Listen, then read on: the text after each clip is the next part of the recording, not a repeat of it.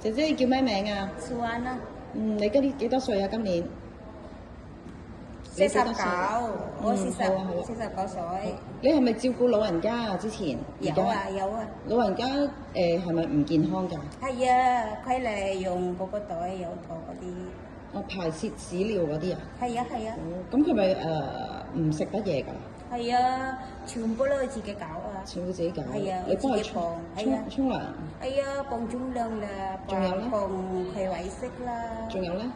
跟住幫換尿片啦，乜都我講啊，俾佢。全部你做。係啊。咁婆婆而家喺邊啊？係沙甸醫院。哦，醫院之後唔翻屋企啦？有啊，20日咧，佢哋又出院，跟住咧就係對人院嗰個。哦，因為婆婆去老人院。係啊。所以唔需要姐姐啦。係啊。哦，咁你之後照顧都係咁樣嘅老人家得唔得啊？得啊，得。好，咁你平時煮咩俾婆婆食啊？係啊。煮咩啊你？煮正米骨啦，炒菜啦，煲湯啦，係啦，蒸魚咁樣咯。哦，咁你除咗婆婆同埋你，仲有冇人啊？屋企兩個煮啦，俾佢我同婆婆得噶啦。哦，咁你出去買餸咧？係啊，婆婆自己喺屋企啊？係啊，自己咧婆婆健康啊嘛。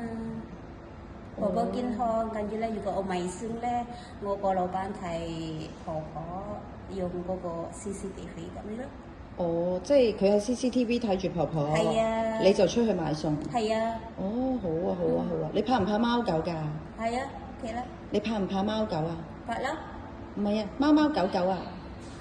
哦，麻麻地啦。唔得啦係嘛？哎呀，唔得。好，OK，拜拜，唔該姐姐，好。